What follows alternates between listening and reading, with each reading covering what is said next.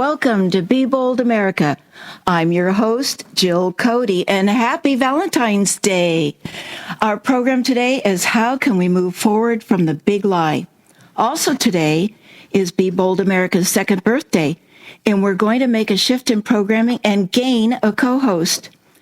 We're not leaving politics behind. We have a crisis in politics that can't be ignored. We also have a crisis in acceptable character and principle-centered living that can't be ignored either. So, Be Bold America will be adjusting our focus to cultivating engaged citizens whose lives are politically active and personally meaningful. A bold, democratic America first requires bold, truth-informed, and principle-centered citizens. Our future depends on it. To join me to discuss these crises and how to create principle-centered and truth-informed citizens is Dr. Pettis Perry. Pettis will be co-hosting Be Bold America with me to interview guests on politics, social justice, and how listeners can live a more meaningful and principle-centered political and personal life. I'm very excited to have Pettis join the show because I've known Pettis since we met 20 years ago at San Jose State University. Over the years, we've been through the thick and thin of it together. During the years, I've also known Pettis to be kind and caring, one who's demonstrated integrity in all he does, and to possess a deep passion for social justice. Plus, he's just plain fun. Happy Valentine's Day, Pettis. Welcome to your new role as co-host on Be Bold America. We have big things to do. Do we not have Pettis? Okay, well, we're gonna try to get Pettis on the clean feed connection. You know, Pettis lives in the Washington State, so we have a clean feed system that will connect him directly to our studio, and so he can sound like he's just in the same room. How are we doing, Emily? Not too good. Okay. One thing that I was going to ask Pettis, and when he gets online, I'm going to talk to him about why he wanted to co-host with me on Be Bold America, and let you know what he has in mind for being a co-host. But I'm also interested in talking about why I'm shifting the mission to talking to people about principle-centered lives. And I don't really have a short answer for that, I'm afraid. So I'll begin by saying, 74 million people voted for Donald Trump in 2020, and that number includes 1 million more than in 2016. And I thought, really?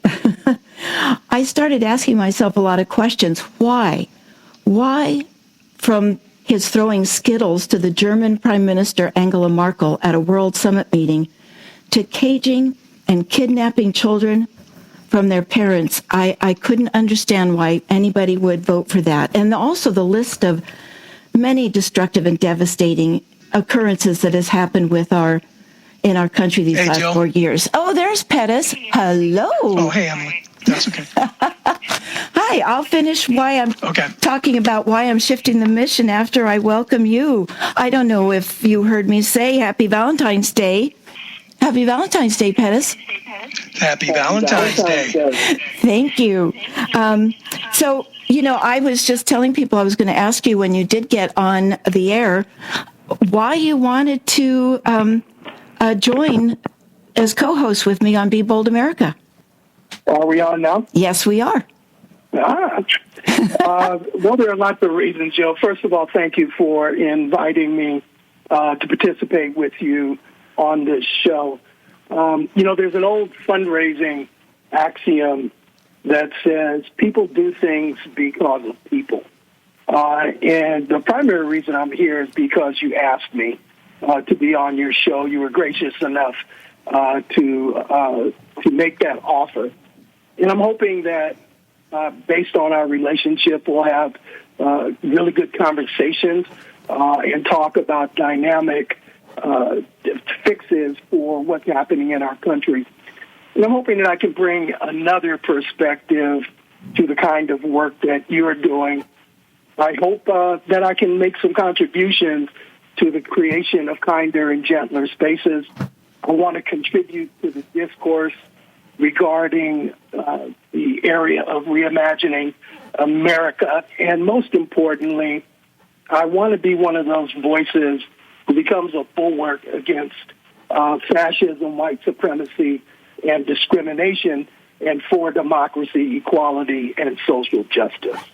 So as I thought about that, that would summarize the kinds of things that I hope to accomplish. Well, I'm very excited about all of that. I'm very excited. We've known each other 20 years. We've always had some great conversations, and I just thought we'd share them together for listeners. And I wanted to tell you why I asked you to be a co-host, and it's for all those things. You know, it's for your integrity, it's for your caring, it's for your passion for democracy and social justice. It's also your passion about trying to reimagine America and have good conversations that might intrigue people and inspire people to think more deeply about their role as a citizen. But it's also because, I'm a middle-class Caucasian female, and I don't know that I completely represent or understand, all Americans' challenges. And you being a male, African American, coming from a different upbringing in society, I thought we would make a good pair in trying to more completely understand what Americans face and how to make Americans more bold and truth-informed and principle-centered. Pettis? Yeah, I think that's a very important thing to do. I was stoked when you asked me and you talked to me about your vision for, creating a different kind of Be Bold America. And is there anything else you can talk about in terms of why you decided, beside those things that you've already mentioned, why you decided to make this shift with Be Bold America? Yeah. I was talking a little bit about my being so stunned that 74 million people voted for Trump in 2020, and that was 1 million more than voted for him in 2016. And I was just, I guess I shouldn't have been surprised, but I was. It's hard for me to believe that many people can support somebody that threw skittles at German Prime Minister Angela Merkel, and who cages and children and kidnaps them from their arms, and the devastation that we've had with, pushing 500,000 COVID deaths from a plague that entered this country that he couldn't be bothered with. Yet they still voted for this depraved human being as president of the United States of America. It just shocked me. And so I wondered, why is it that these voters cannot see who this unprincipled, characterless, corrupt president is? And why is it that they cannot see he is a ridiculous man, not a clown, but a dangerous fascist? This is someone who you wouldn't tolerate in your family, you wouldn't tolerate as a friend, you wouldn't tolerate in your workplace, unless you don't know any better. Would you want Skittles thrown in your face or let you die from neglect? I don't think so. Then why is it okay for a president who does this to our country? So all I can assume is that those who support and continue to support who he is and what he stands for are either just like him or they just don't know any better. Then that leads to the question, how does one know better? And knowing better really is an inside-out job, and it's the hardest one. It's not easy to do. It requires us to be capable of self-reflection and even require letting go of childhood teachings and be courageous enough to ask questions such as, who am I? What do I stand for? Where am I going? What principles do I hold as foundational to my being? And when I'm talking about principles, I'm talking about the moral definition of the word principle. So answering these questions for yourself not only lead to a more meaningful and compelling life, but lead to making better political choices for our republic. So that's one reason, Pettis. You have any thoughts while I was talking there? Yeah, absolutely. I think you're right. Life, from my perspective, is an inside-out process, as is leadership. I teach my students that before you start looking outwardly, you have to go inward and really explore what's going on internally, asking yourself, what part of the problem am I? And I think, the people, as I watched the insurrection and listened to what was being said, they have a set of grievances, but they've only learned violence to resolve those grievances. People in the civil rights movement were beaten. Some of them killed, many of them hurt, like John Lewis. Martin Luther King was killed, obviously, but their response is violence. And we have to get to a point where we can begin to talk with each other about the things that are common between us, and then look at how we might be able to resolve our differences. But we cannot continue going along the path that we are, nor can we continue pretending as though such behaviors are okay. One of the things that Trump has done for us is he's completely exposed the things that have been undermining our union since its founding. We have a union that was based in an idea of supremacy, mostly white male supremacy. And we never resolved the race question, and right now it is exposed as precisely the thing that we need to do. But no one can argue, I think, that has any semblance of neutrality could say that white supremacy doesn't exist as they did prior to Trump being elected, nor can they say that we're not in danger based on just completing an impeachment process because of what he's done. And we look at what McConnell did right after the impeachment process is he condemned Trump, but he did not have the courage to vote to convict him. And that's the problem, because it represents a dual system. And I don't think that anybody can deny that any longer. You're absolutely right. It's not sustainable. I mean, I want people to understand this is not sustainable. The benefits that we have derived from a democracy all our life and a civil society, what we're experiencing now is not sustainable to continue a civil society, and it is a breakdown of society.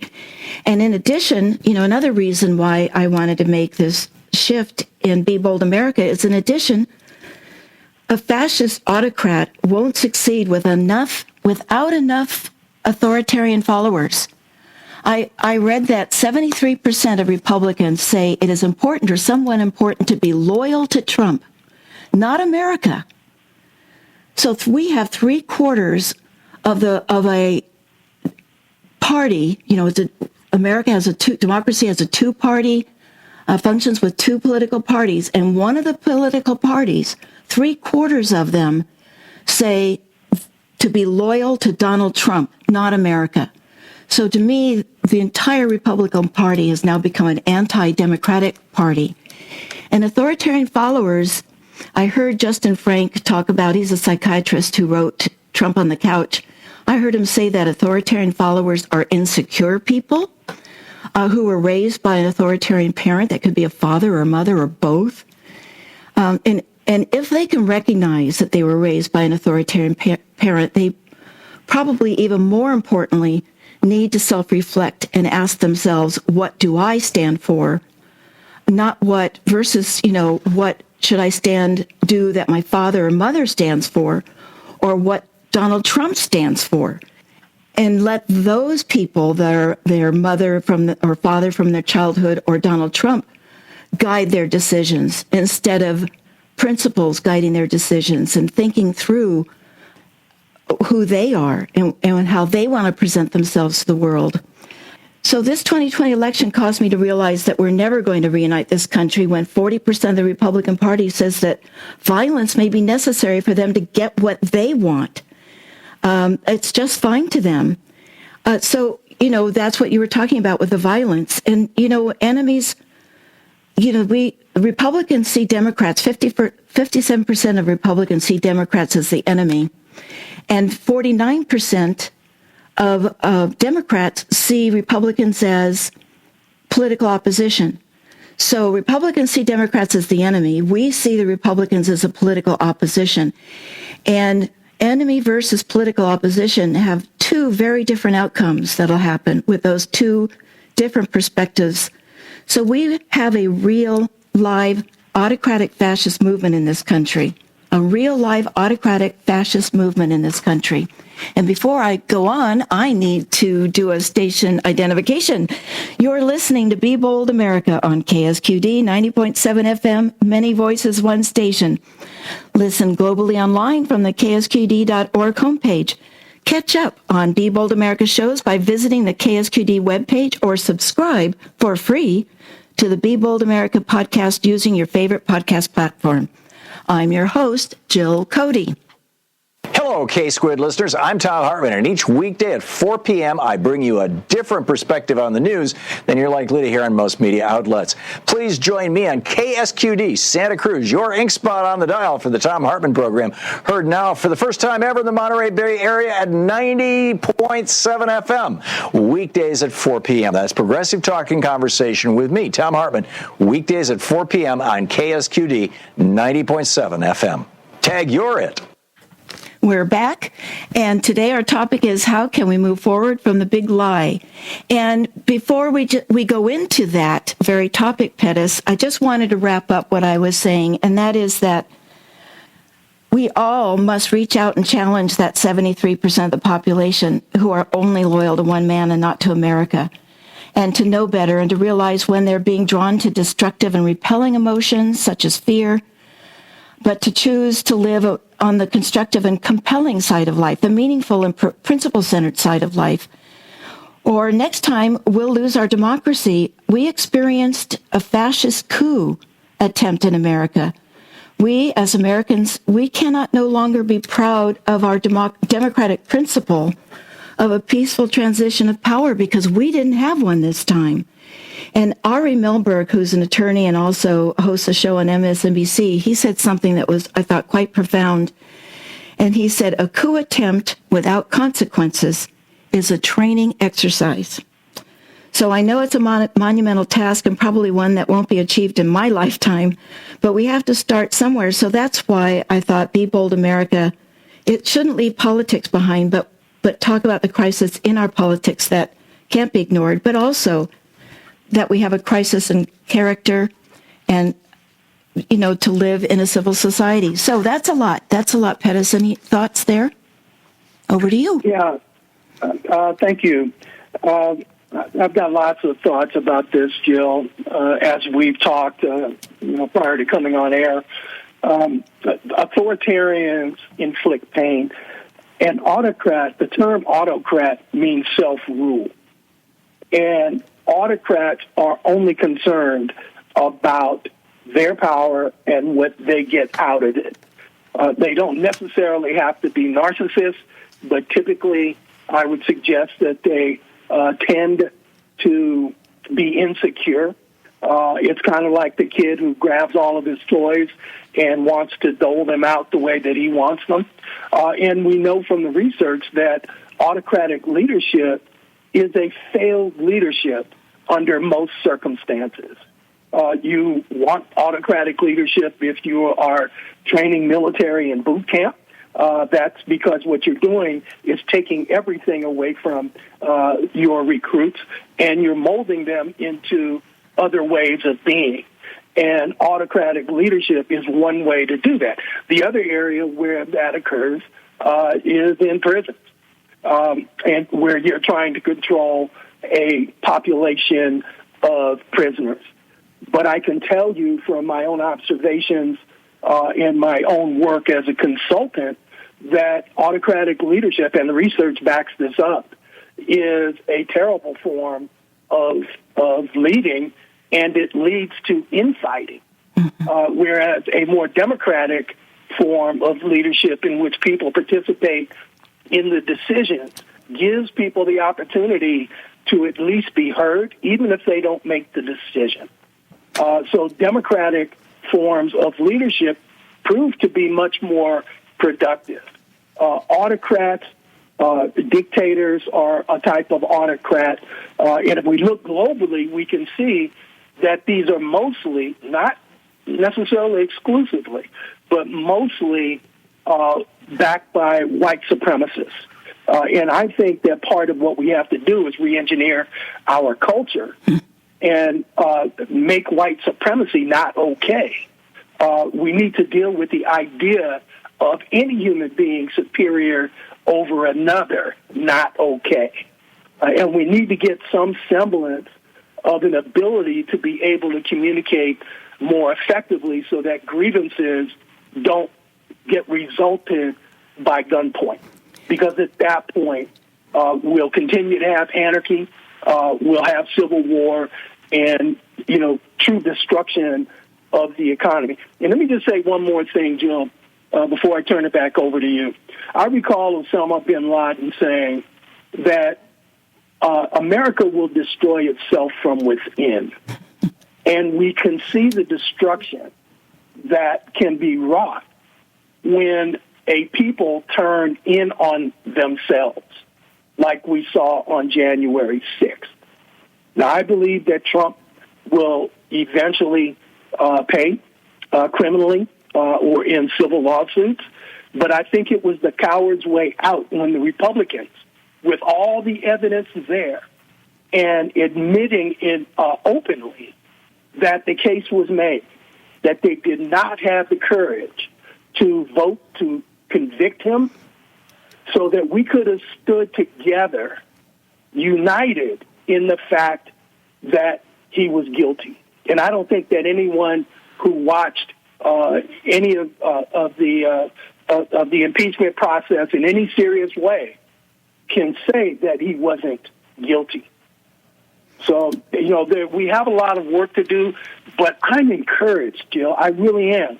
Because for once, we have the things on the table. And Yes. It's time to keep them on the table in the light and begin to work on them one item at a time. Well, and, the topic is how can we move forward from the big lie? And I think first, before we define the big lie, I just wanted to also point out, to add what you're saying, is that if we don't have a democracy, what other forms of government are there? I think people need to start thinking about, I love living in a democracy. I want our children to be able to live in a democracy. I want you to live in a democracy. People talk about freedom, liberty, freedom. Yet I don't think they understand that true freedom is being self-governed. That is a democracy. True freedom is not found under a monarchy or a dictator or authoritarian regime, which is what Donald Trump tried to create, and those Republicans who still wanted to overturn the fair and free election that we had. That being self-governed is freedom. That is what a democracy is. So just to talk about the big lie, Pettis, what is the big lie? We have about 5 minutes till our break, but we can continue a little bit. But what is the big lie? In its most simple terms, it's that that there was election fraud, which did not occur, and that became the basis for the insurrection. Right? Stop the steal. So it was really based around fraud that did not exist. I live in Washington State. We have all-male elections. Our Secretary of State is a Republican, and we don't have problems, and nor do the other states that use all-male systems. And there weren't any systems or any problems for those states that moved to mail ballots because of the pandemic. What's going to happen, though, and we've already seen it, as Republicans keep using the term cancel culture and turn right around and try to cancel culture by suppressing the vote. That's the maximum cancel culture. When you do not allow people to exercise a vote that may run contrary to your own belief systems. And then we swing right back to the Republicans being an anti-democratic party, and that's another sign of it. That's exactly correct. And we're in trouble if we don't come to grips with this. As I watch the news, it appears that the Republican Party is a mess and is trying to figure out how they're going to deal with those people that pay homage to Trump. But that's a cult. That's not a democracy. Right. And then the big lie, the election was rigged. It would be, if he didn't win, then it was stolen. And so that's the next part of the big lie, is that it was stolen from the Republicans and the Democrats stole it. So then it puts the Democratic Party into the enemy category again. But also there's another part of that lie that leads you to, which is you can't support the current president because he's illegal, because it was stolen, because it was rigged. And doesn't that sound familiar with the message with Barack Obama? That Barack Obama stole it too. I mean, this has been going on for quite a while to delegitimize Democratic presidents. First, we thought it was just because there was an African-American president, but now we have a white president, and he's still illegal. Yeah, but that's part of the rhetoric, right? You make your opposition the enemy, and there's nothing to talk about because they're the enemy. Right. Democrats want to debate, and as you noted, Republicans want power. Mm-hmm. And those two things become diametrically opposed, because to debate and to have a democracy means take. It means shared power. It means sharing it. That's right. The Constitution says the loyal opposition, not the disloyal opposition. That's exactly correct. So, but that's the importance of shows like this, Jill, where we can talk about these things in open discourse to try to, shed light on, if that's the word for some people, to, inform, maybe with new information that people haven't heard.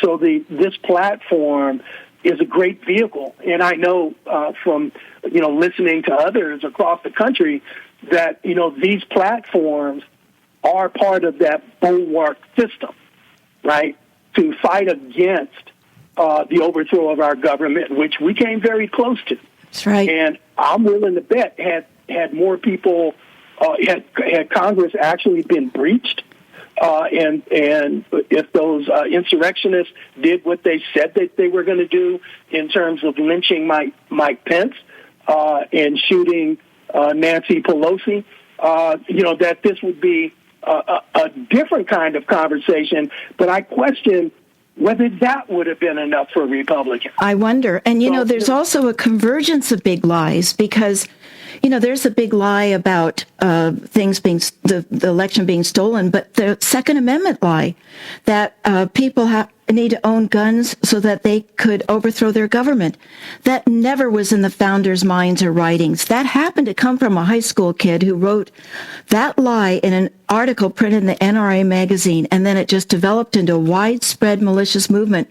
And then the lie about voter fraud. There is no such thing as voter fraud. Even George W. Bush commissioned a study where they found 31 ballots out of 1 billion. That's a B, 31. Yeah. And they were usually mistakes. So there's this multiplicity of big lies that come together. They come to converge. And I just wanted to mention before we go to break that the Washington Post had been counting since Donald Trump's presidency, his lies, and there were 30,573. So Trump even lied about the rain. But then there's people that believe it, and that's why we need more principle-centered, truth-informed citizens. So if you're just joining us, you're listening to Be Bold America on KSQD 90.7 FM. Our topic is how can we move forward from the big lie? I'm your host, Jill Cody. Happy birthday to you. Happy birthday to you. Happy birthday, OK Squid. Happy birthday to you. I honestly didn't know how lost I was until you guys came back and found me. Oh my gosh, how I get anything done anymore. All I want to do is listen to K Squid every single minute of the day.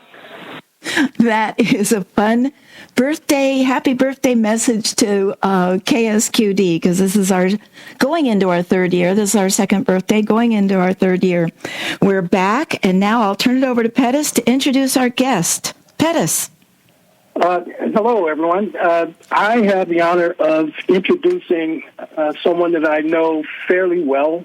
He used to be one of my neighbors. He moved a few miles farther away. His name is Jeffrey Slough. Jeffrey is a teacher, a singer, and songwriter. He performs regularly with a great band called the Penny Stinkers. It's a local band here in Bellingham, Washington. And he always has a message. Jeffrey, welcome to the show. Thank you very much, Pettis. How's my volume on that end? Am I doing okay?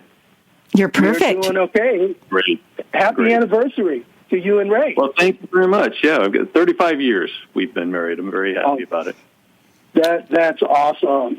Really glad you had a chance to join us today. And please thank Ray for loaning you to us for a little bit on your anniversary day. She's sitting right behind me in the studio here, so that's she's with us as well. Thank you. I love it. How are you doing, Ray? I hope all is good today. Jeffrey, I want to try to pick up here on some of our conversation about how we can move forward from the big lie. I want to let our listeners know a little bit about a conversation you and I had about how artists tend to lead revolutions, if you recall that discussion. I do. Which is, what prompted me to suggest bringing you on the show. So do you have any thoughts about that before I ask you about where we go from here?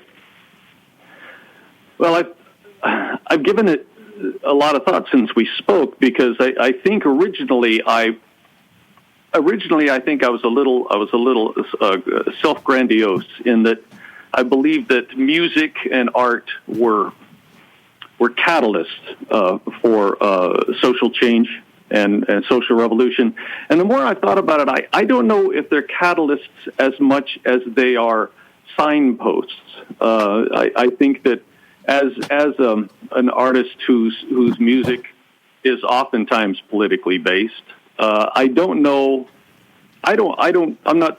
so self-centered to think that anything that I perform is going to change anyone. But I think many times art allows us to transcend the obstacles of bias, the obstacles of fear, and allows maybe a kind of signaling behavior to others that it's okay to open up, it's okay to believe this type of thing, it's okay to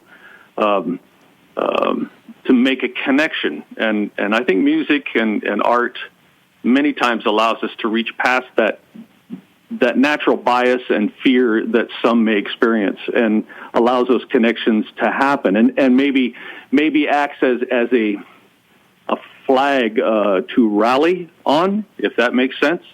It does. And maybe allows people to then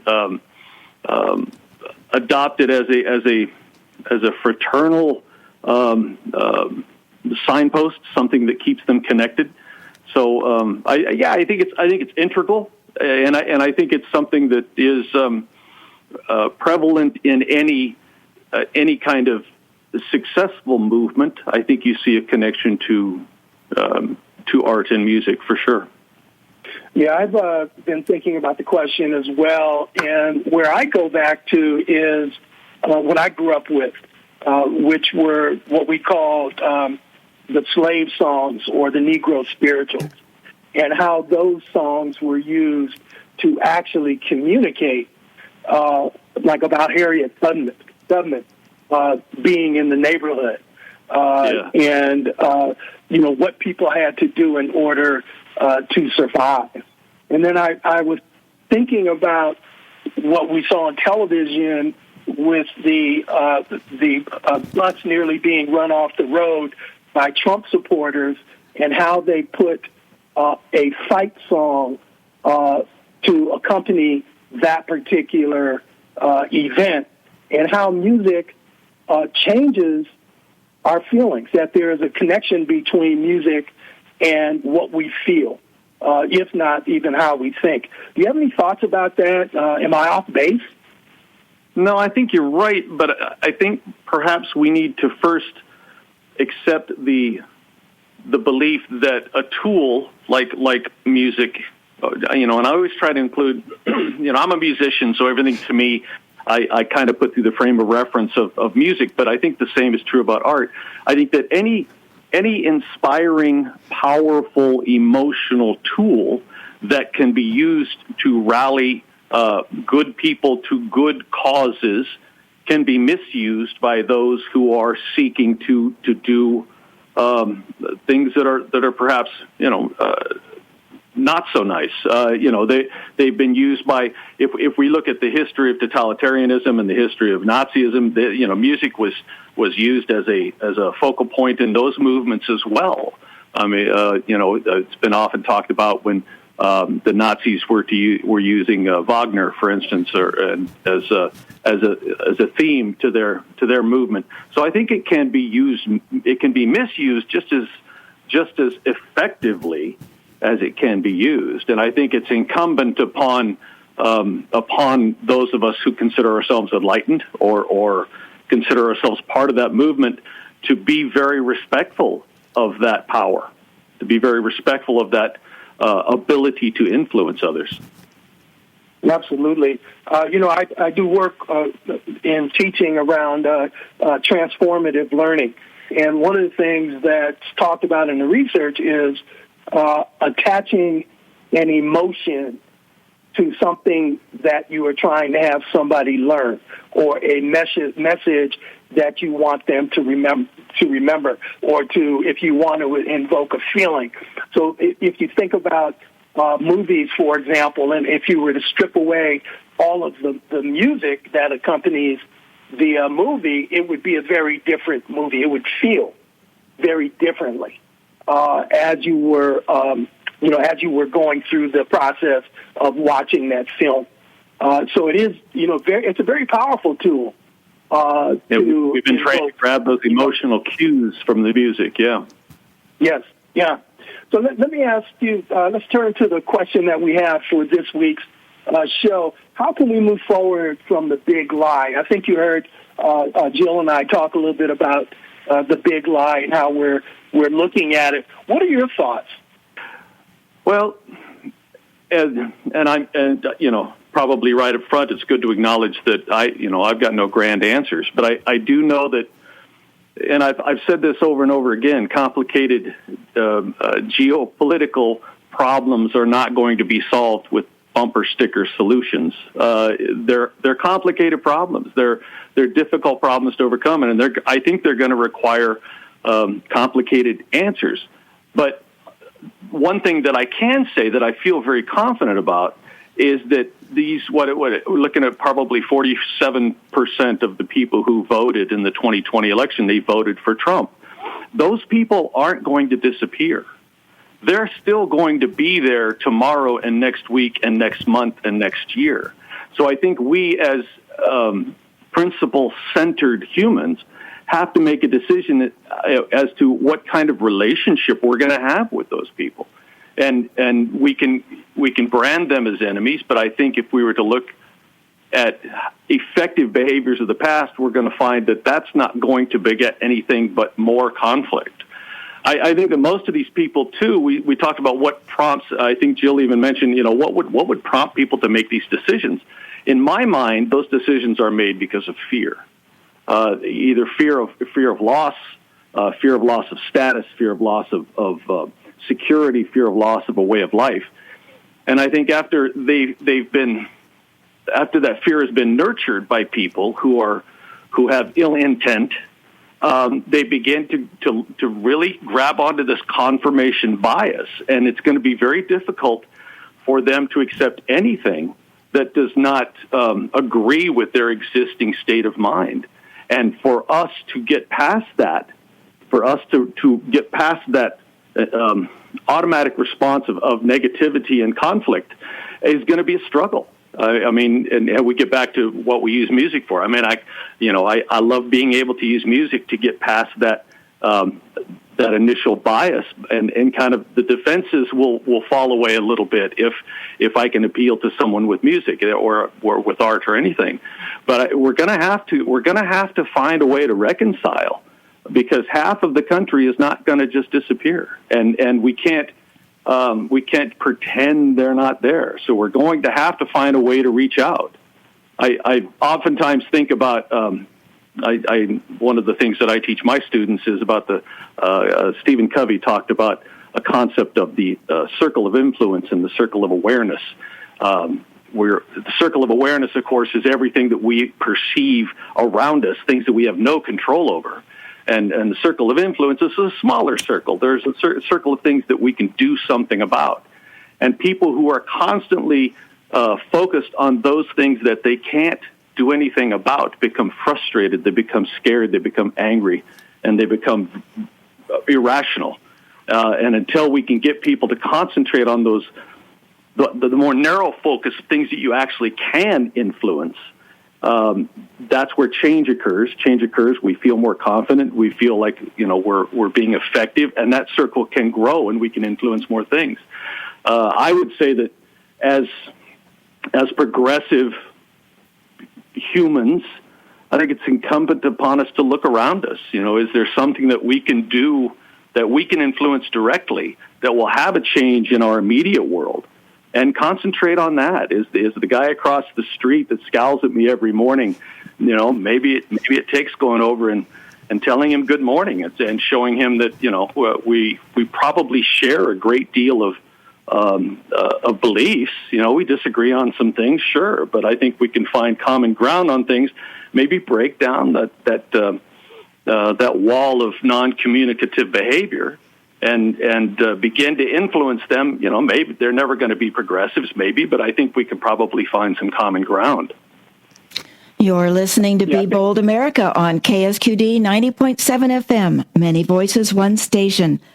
Listen globally online from the KSQD homepage, or listen to the show's podcast at KSQD Be Bold America's website. I'm your host, Jill Cody. Buddhism, Judaism, Baha'i, Islam, Christianity, Hinduism. Sound interesting? Faith Matters is a unique bi-monthly program that explores spirituality, life, and meaning with local religious leaders. We discuss areas of common ground and also identify distinct differences among diverse spiritual perspectives. Join us on the second and fourth Sunday evening of every month from 6 to 7 as we have thought-provoking conversations about Faith Matters on 90.7 KSQD.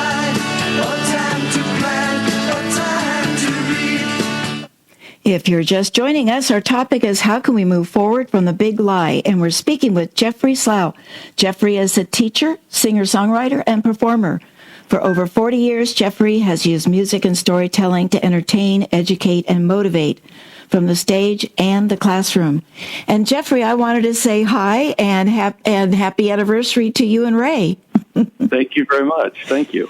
And, you were just talking about fear, and I what came up for me about that was that there are now people who've learned how to monetize fear to make a profit. And so that's where Fox News comes in, and Breitbart, and, the other right-wing radios or TV stations and all the radio stations, they've monetized it.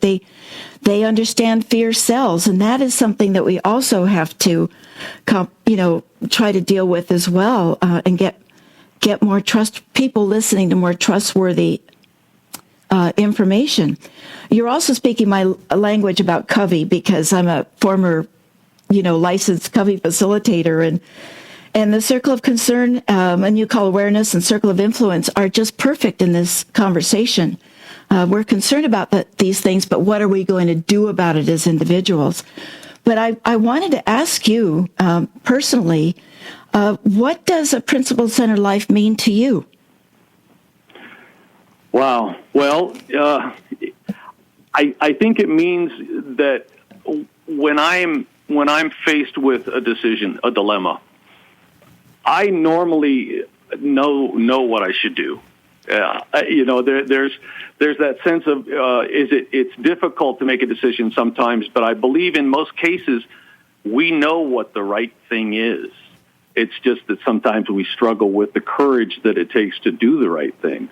Years ago, for instance, I was I used to be I was in a beverage distributing business in Southern California, and I distributed alcohol to stores and liquor stores throughout Southern California, and I made good money at it. It was very profitable. I felt as if it was a business that was growing, but inside of me there was always this feeling about, is this right? Is this something that I should feel good about doing? And one day I was actually I went to see a client of mine, and as I stepped out of the car, on the sidewalk was a baby laying directly on the sidewalk. Whoa. No crying. And I was struck. I was just dumbfounded. I couldn't move for a minute. I didn't know what to do. And then I thought, well, I'll run inside the store here, and I will. I'll tell them to call 911. I'll tell them to call somebody to help. So as I ran in the store and I hailed the owner of the store, was at the counter, and I figured out after a few moments at the counter was the mother of the child who had left the child outside on the sidewalk, and she was at the counter, and guess what she was buying? My product. Oh, wow. She was buying the product that I put on the shelf, that I had promoted. And I'm not telling you, I'm not a teetotaler, and I'm not telling you that particular product is bad, but I'm saying that I had to make a decision at that point. Is this how I want to be? Do I want to look my kids in the eye and tell them that I'm, that this is the kind of person I am? This is the product I promote. This is the lifestyle I promote. And it was a tough decision, but I came home and I told Ray, my wife, I said, I'm quitting. and it was probably the hardest decision that we had ever made in our lives at that point, because it for all intents and purposes crippled us financially, because I decided that I needed to do something that I was going to be proud of, that was a principle-based lifestyle. And I quit corporate and walked away from it, and I went into education, and I started teaching. That is just the high school I graduated from, as a matter of fact. Oh, no kidding. That is a perfect inside-out self-reflection story, and that's why it's so hard. That what you did was very difficult, and it also included your wife, which makes it a whole nother layer of being difficult than when you're single. But that is a perfect story on how a principle-centered life starts with an inside-out, self-reflection moment. In the next few minutes, Jeffrey and Pettis, I put this to both of you, is with the discussion we've had, for the next 7 minutes we've got for the discussion we've had, what can listeners keep doing, stop doing, start doing? What could be their takeaways? Pettis, did you want to kick that off? Sure. I think Jeffrey touched on a very important point when he talked about fear, and people being driven by fear. And what I think we have to do is to keep working with people so that they can understand that they lose nothing by having a society that is fairer, where people can live with some semblance of equality. And I think that that's a tough thing for people to work towards. But if we don't believe that people can change, then then the question becomes, do we keep doing the work that we're doing? So I believe in the capacity of people to grow and change. In terms of stop doing, I think we need to stop celebrating white supremacy. Amen. Really come to grips with the idea that one person is superior to another based on some socially constructed norm or idea. And the thing that I think we need to start doing is to embrace people who are not like us. So as Jeffrey was talking about the percentage of people that are pure Trump supporters, we have to embrace them. They're our brothers and sisters. We may not like how they come across, but they're still our brothers and sisters. Jeffrey? Yeah, I 100% agree. I think if I were to be able to wave a magic wand and communicate with everybody, I would say pick something to do today that's going to make the world, or going to make your world. Not the whole world. You can't change the whole world as an individual. I don't believe you need a team. You need a village. But I think look at your world. What can you do today to make that world a little less confrontational, a little more progressive, a little more understanding? And if that means talking to someone who doesn't look like you or who doesn't believe like you, and it's rough for me too. I have a tendency to love telling somebody why I'm right and they're wrong, and I'm afraid that doesn't always win the battle for us. We have to reach out. We have to be willing to, and it's tough. We got to be willing to listen.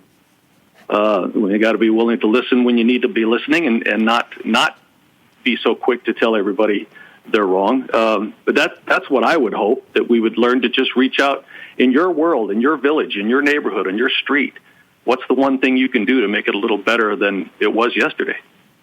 Well, and you mentioned Stephen Covey, and what he talked about is be the first listener. When you're talking about listening, is be the first listener. We all want to talk first and be understood, but nobody seems to want to be the first listener. So that's a very good point. And Jeffrey, you're also talking about, pick something today, and that's how meaningful lives are created. You pick something that's important, that impacts and inspires and is constructive, not destructive. That's what creates a meaningful life. Pettis? No, I agree with that, Jill. Life is our choice. Our lives, in the end, are a culmination of all the decisions that we've made. So anything that we're doing today, we can change tomorrow if we have enough will to do it. So it's being open. It's being open to the fact that something different needs to occur. And if you can get to that point and have the courage, then I think you can move forward constructively and do so fairly quickly in terms of bringing about change. It's easy to be courageous when there's no price to pay. Mm-hmm. It's very difficult to be courageous when there's going to be a cost. And, people have to make that choice, whether they are going to be courageous and bold and try to do the things that we may be afraid to do. We have to be willing to take the first step, is what I'd like to say. When I do my diversity work and talk about crossing boundaries, I'm okay. I'll take that first step and work with people as long as they're interested in working towards something that we can all agree to. I think that's so profound, Pettis, what you talked about, courage. And then if it has a cost, it's even more difficult. And I was thinking underneath surviving that cost, to me, is based on principles. If you're going to allow as a person something to happen, the Republicans allowed democracy to be further damaged because their cost was their thoughts of their future career, and they couldn't stand up for it. So they couldn't stand up for the country or for democracy. That wasn't a principle to them. Their principle was their reputation and their reelection and their ideology or whatever else it was, but it certainly wasn't standing up for the country. So, Jeffrey, thank you so much. I know Pettis and us and myself, we just loved talking with you, and we're really happy you could share an hour of your wedding anniversary with us. And happy anniversary and happy Valentine's Day to you both. Thank you very much. Thank you, Jill. Thank you, Pettis. Thank you, Jeffrey. It's my pleasure. I want to thank Be Bold America's program engineer, Emily Donham, and Howard Feldstein, KSQD's program director, and give another big thank you to today's terrific and bold guest, Jeffrey Slough. And to you too, Pettis, for your bold and impressive co-host gig, your first gig on Be Bold America. Well, thank you, Jill. And you were the one that was bold. You took a chance on me. Well, we'll be meeting on air again in 2 weeks, and we can just continue this boldness. Coming next on Sunday, February 28th, Be Bold America will host Steve Behrman. Steve is an author and humorist who spent the past 30 years writing and performing in the guise of the cosmic comic Swami Bhayananda, who's able to channel Bullwinkle the Moose. The Swami's comedy has been described both as comedy disguised as wisdom and wisdom disguised as comedy. Steve has always been a political solutionary, looking to apply what he learned about holistic health to the body politic. Join us Sunday, February 28th at 5 p.m. You're listening to KSQD 90.7 FM Santa Cruz. Many voices, one station. Listen worldwide online at ksqd.org. Stay tuned for Faith Matters with Seth Shapiro. Happy Valentine's Day, everyone. My name is Jill Cody, and I'm here with Pettis Perry. Thank you for listening to Be Bold America. Until next time, keep, stop, start.